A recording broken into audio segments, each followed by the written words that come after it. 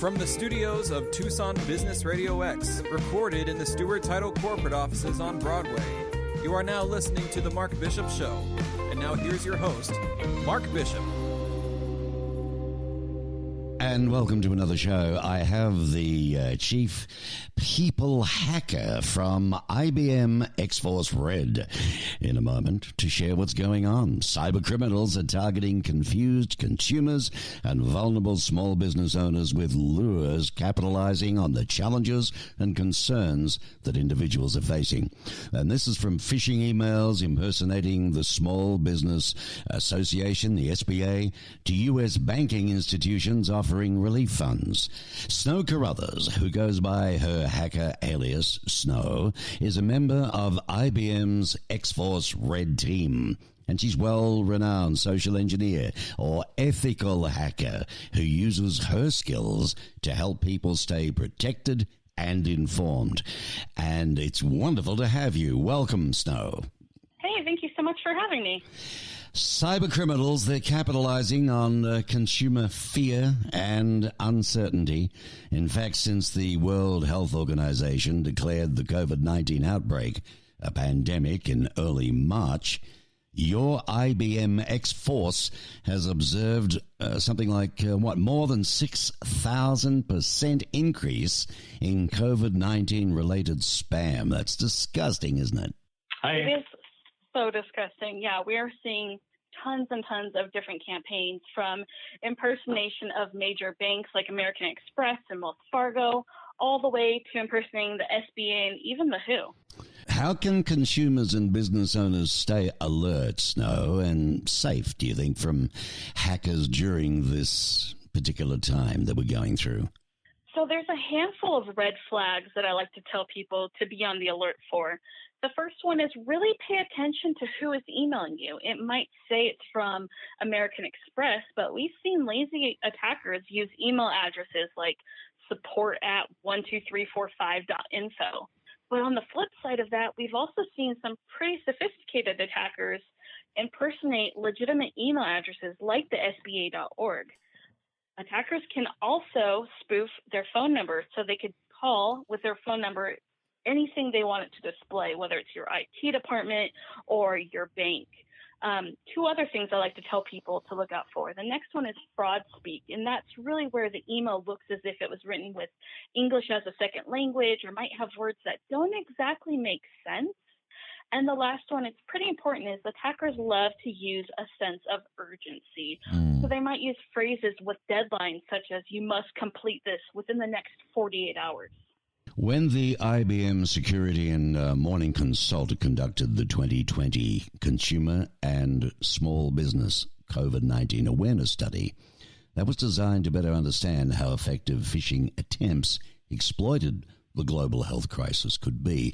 The survey revealed respondents' lack of understanding in regard to the legitimate channels the government institutions use to communicate with constituents, as well as small business owners' uncertainty of the resources made available to them by the government. What are some of the key highlights from the study that you can share with us?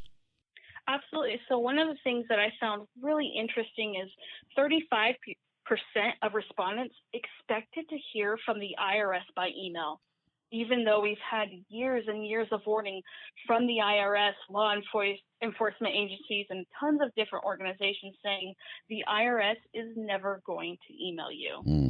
Something else I found interesting is with our survey, we found that 14% of small business owners felt knowledgeable about the process to get the government small relief loan, which leaves a huge percentage of small business owners who don't understand the process. And when we see confusion like that, that's the perfect opportunity for attackers. Yeah, I bet you it is. I think, what was it? Only 14% of small business owners feel knowledgeable. What about stimulus checks and COVID-19 testing? That becomes really like a perfect clickbait too, doesn't it? Absolutely. We've seen campaigns that impersonate the WHO, and some of those campaigns look like emails that say, here's a list of common household cold medications to prevent coronavirus, with an attachment of that list. And Of course, it's not a real attachment. It's some type of malware. And if someone were to download and open that malware, it could install a remote access Trojan or a rat. And those are pretty dangerous because they could do tons of different things, whether it's spy on you while you're on your computer, turn your webcam on, or even see what you're typing. So if you're logging into a bank account, they then have that information. I'm speaking with Snow Carruthers from IBM's XForce Read team. Ethical scamming, to stop all these boogie people that do nasty things to us. Who are scammers targeting and why? Yeah, so scammers are really creatures of opportunity. And right now, because of everything that's going on, consumers and small business owners are really at target, especially because things are constantly changing, right? New information is being updated about stimulus checks or stay-at-home orders and small business loans.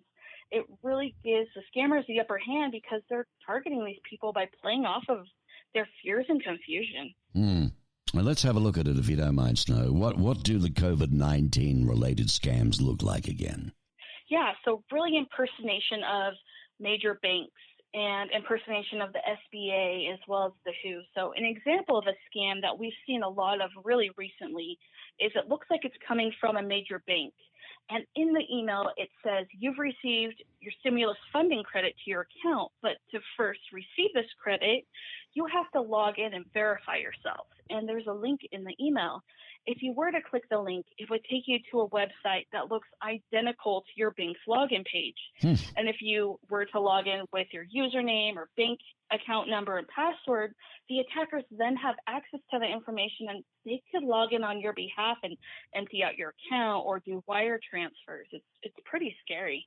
Is it ever? I mean, how can someone spot a scam? I mean, an average wood duck like me, you know, I'm not a techie nerd or anything, but how can someone spot a scam email or phone call versus something that is trustworthy? Right. So I think some of the big things to keep in mind is really, again, pay attention to who's emailing you and know that it can be spoofed, like I previously talked about. So it could be, a really easy email to spot that looks, suspicious, and it could also be real. So pay attention to what's going on in the email. Is it written properly? And see if it has that sense of urgency. Those are all red flags to keep an eye out for. Well, you know your stuff. I mean, companies hire XForce Read. It sounds like a dramatic name, doesn't it? But I bet you guys have a lot of fun at the same time. But you're all experts, I understand, who really, you have to break into their networks in order to find the security flaws that exist in companies' technology, processes, staff awareness. That'd be an exciting career. It is amazing. I get paid to think and act like a criminal, but the end goal is to keep our clients safe. So what else can consumers and small business owners do to protect themselves, do you think? One of the first things I like to tell people is to slow down, which is really hard right now during this pandemic. But a lot of times people aren't paying attention, or maybe they're on their phones with a pretty small screen, and it's hard to pay attention to the details. So as you're reading it, slow down, question things. If it looks shady, it probably is. I also like to tell people to go to websites directly. So if you receive an email that's, it might be your bank or the SBA, but don't click on any links or attachments. Just go to their website directly, because more times than not, especially now during this pandemic, these companies are putting out information on their homepage, or at least a link to a FAQ page with all the information that you're looking to find. And then the last thing I like to tell people is make sure you have multi-factor authentication enabled. So this is really an extra layer of security. So when you log into an account like your banking account or social media accounts, email, instead of just entering your username and password, you also have to enter in an additional piece of information. So it's like a code from a text message. So if attackers do have access to your username and password, they can't log in without that extra code. Okay, marvelous. Now, you've told us an awful lot, shared interesting stuff with us. Can my listeners go anywhere to read more or to understand a lot more of this? Do you have a specific site you'd like to mention? Yeah, absolutely. So for any more information, you can go to ibm.com/COVID-19. Fantastic. Well, Chief People Hacker from IBM XForce Read, Snowy Carruthers, thanks for your time and the wonderful work that you're doing. Keep it up, won't you? Absolutely. Absolutely. Thank you so much. All right. Goodbye.